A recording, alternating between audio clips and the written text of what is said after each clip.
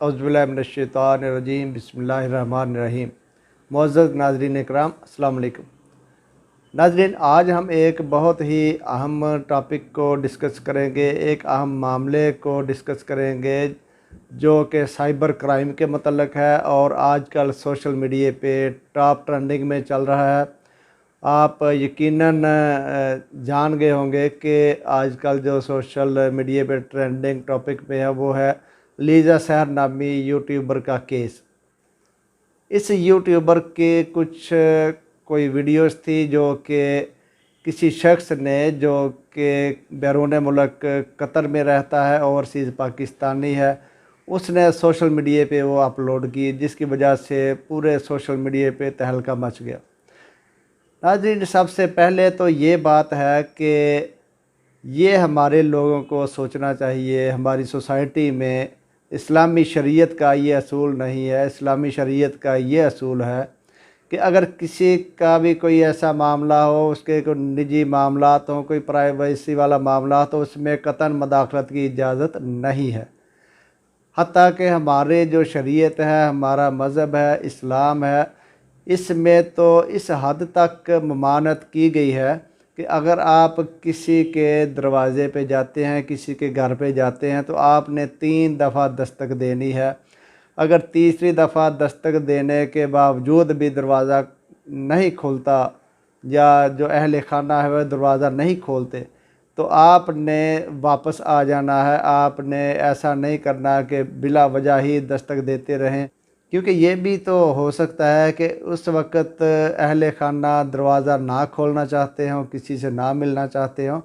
तो इसलिए ये मना किया गया है कि जब 3 दफ़ा आप दस्तक दे दें और इसके बावजूद दरवाज़ा ना खुले, तो बग़ैर माइंड किए, बग़ैर बुरा मनाए आपने वापस चले आना है। और ये ज़हन में नहीं रखना कि जी मैं इनके घर गया था और दस्तक भी दी और इन्होंने दानिस्ता दरवाज़ा नहीं खोला। ये हमारी शरीयत का हुक्म है। तो इसमें सबसे पहले तो ये बात है कि इस्लामी माशरा किस तरफ जा रहा है कि कोई अननोन शख्स जिसके पास कोई ऐसा मामलात या ऐसा मटेरियल है, चाहे उसने कोई फ़ेक ऐसा मटेरियल बना लिया हुआ है, तो उसको कम अज़ कम सोशल मीडिया पे तशहीर करने से पहले, अपलोडिंग करने से पहले ये सोचना चाहिए था कि जिसके बारे में वो मटेरियल अपलोड किया जा रहा है उसके ज़ाती ज़िंदगी में, उसकी माशरती ज़िंदगी में और उसकी फैमिली लाइफ में उसके ऊपर क्या गुज़रेगी, या जो हमारा माशरा है वो इस बारे में क्या रिएक्ट करेगा, इसका सोशली तौर पे क्या इफ़ेक्ट होगा। और ये तो हमारे माशरे की एक बेहिसी है कि उन्होंने ऐसा अगर मामला कोई सोशल मीडिया पे देखा, तो उन्होंने बजाय उसकी डिलीशन करवाने के, बजाय उसकी मज़म्मत करने के, उन्होंने धड़ाधड़ इसको शेयर करना शुरू कर दिया। और जिन लोगों को इस बारे में कतन इल्म नहीं था, उनको भी इस सारे मामले का इल्म हो गया।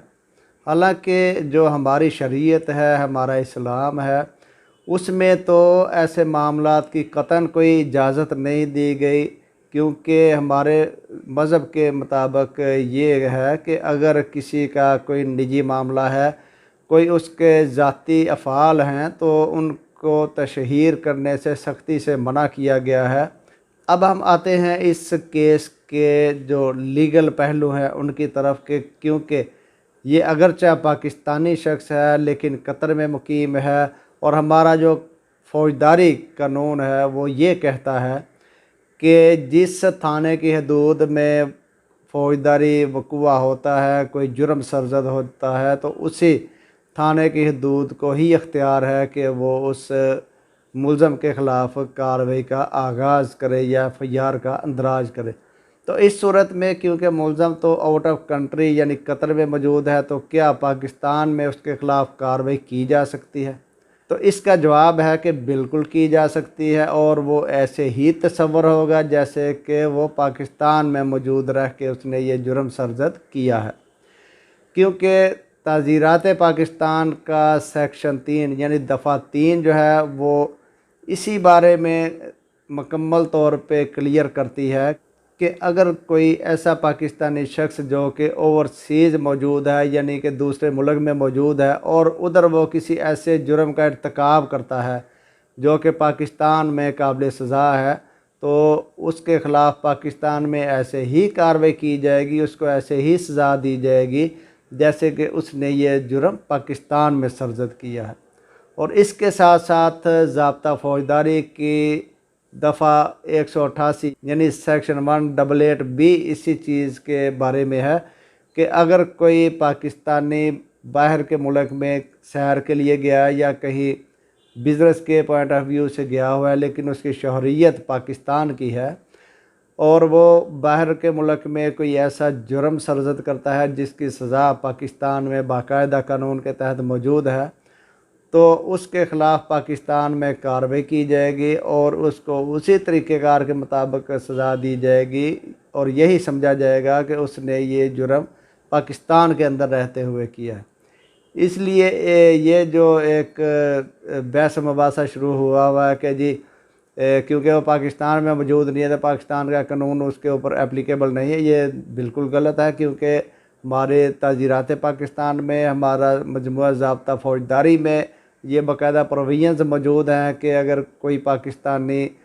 अपने मुल्क से बाहर गया हुआ है और उधर कोई ऐसा ऑफेंस करता है जो कि पाकिस्तान में काबिल सज़ा है, तो उसको उस जुर्म में पाकिस्तान में भी उसी तरह सज़ा दी जाएगी जिस तरह के उसने वो जुर्म पाकिस्तान में किया है।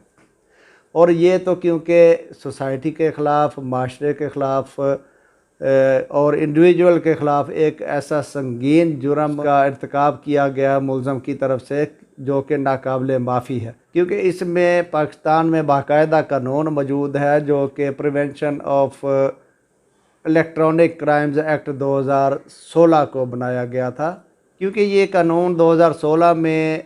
बन गया था, इसलिए उस फौरी तौर पे ये नाफजुल अमल हो गया था और ये मुकम्मल तौर पे इस सारे मामले का अहाता करता है, इसको कवर करता है। और इसका जो सेक्शन 20 है वो यही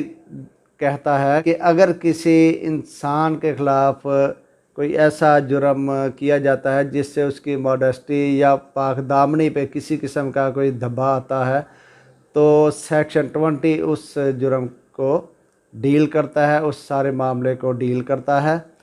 और उसमें ये कैटेगोरिकली मेंशन कर दिया गया है कि अगर कोई शख्स कोई ऐसा मवाद अपलोड करता है सोशल मीडिया पे या कोई ऐसे मामले की तशहीर करता है कि जिससे किसी शख्स की पाकदामनी पे किसी किस्म का कोई ऐसा शक शुबे का इजहार किया जा सकता हो, तो ऐसे शख्स को section 20 prevention of crimes act 2016 के तहत सज़ा दी जाएगी और ये सज़ा 3 साल से कम नहीं होगी और इसमें 1 मिलियन जुर्माना भी साथ उस मुलज़म को किया जाएगा। इसके साथ ही इसका कनेक्टेड जो सेक्शन है 21 of prevention of electronic crimes act 2016, वो ये कहता है कि अगर कोई शख्स किसी दूसरे शख्स की कोई ऐसी तस्वीर, कोई ऐसी वीडियो या कोई ऐसा मटेरियल या कोई ऐसा मवाद की तशहीर करता है या कोई ऐसी नाजेबा वीडियो या नाजेबा जो तस्वीर हैं या कोई नाजेबा तहरीरी मवाद वो किसी शख्स के बारे में मौजूद हो किसी के पास और वो उसको सोशल मीडिया पे अपलोड कर दे, तो वो इंतहाई संगीन जुर्म समझा जाएगा और इस संगीन जुर्म की सज़ा 7 साल या इससे ज़ायद दी जाएगी और इसके साथ साथ 5 मिलियन रुपए का जुर्माना भी उस मुलज़म को किया जाएगा। यानी कोई भी ऐसा शख्स जो किसी के बारे में कोई तस्वीर, कोई ऐसा गैर अखलाकी मटेरियल, कोई वीडियो, कोई मवाद की तशहीर करता है या सोशल मीडिया पे अपलोड करता है,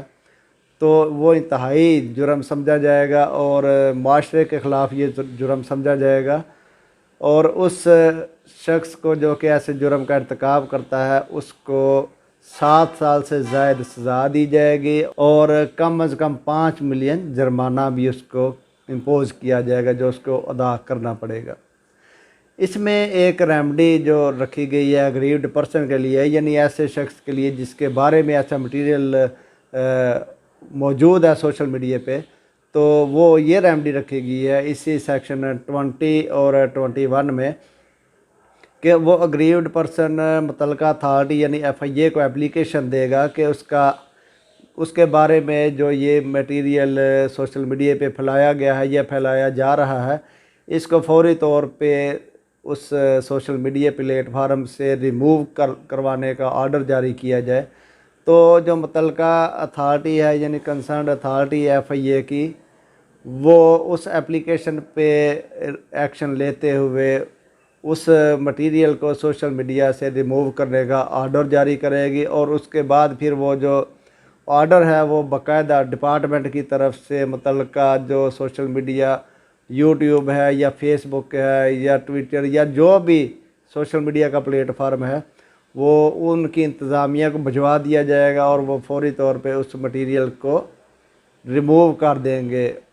अपनी साइड से। तो इस तरीक़ाकार के मुताबिक ये जो अलीज़ा सहर नामी यूट्यूबर का ये केस बहुत हाईलाइट हुआ है।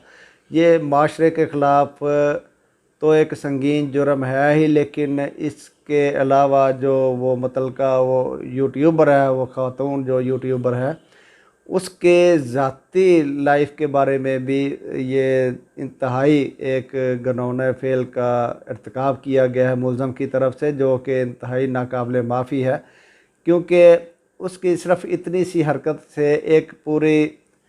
फैमिली को पूरे इलाके में, पूरे मुल्क में, बल्कि पूरे दुनिया में बदनाम कर दिया गया है। तो आप लोग तो जानते ही हैं कि हमारा जो माशरा है वो इस तरह के मामलात में हमेशा नेगेटिवली जो है वो रिस्पांस देता है, और इसलिए ऐसे मुजरम को संगीन से संगीन जो है वो सज़ा दी जानी चाहिए। और ये FIA अथॉरिटीज़ का ये जो है वो फ़र्ज़ है, क्योंकि यही जो ये मुतलका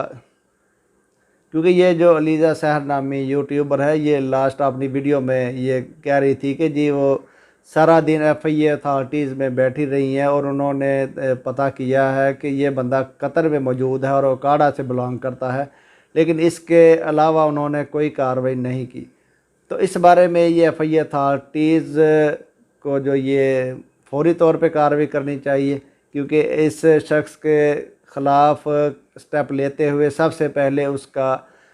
कौमी शनाख्ती कार्ड और उसका पासपोर्ट जो है वो उसको ब्लॉक कर देना चाहिए, ताकि वो उनको यूज़ ना कर सके, क्योंकि ये एक संगीन जुर्म है। और इसके बाद फिर जो FIA अथॉरिटी है वो थ्रू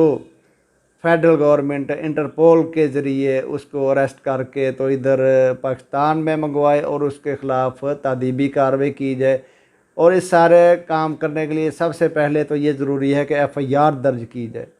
क्योंकि अगर अब तक FIA डिपार्टमेंट की तरफ से दर्ज नहीं हो सकी तो ये FIA की इंतहाई बदनीयती होगी। इसलिए सबसे पहले जो है वो FIR का अंदराज होना चाहिए, उसके बाद फिर ये सारी कार्रवाई कानूनी तौर पे होनी चाहिए और ऐसे शख्स को पकड़ के पाकिस्तान में लाया जाए थ्रू इंटरपोल और उसको सख्त से सख्त सज़ा दिलवाई जाए।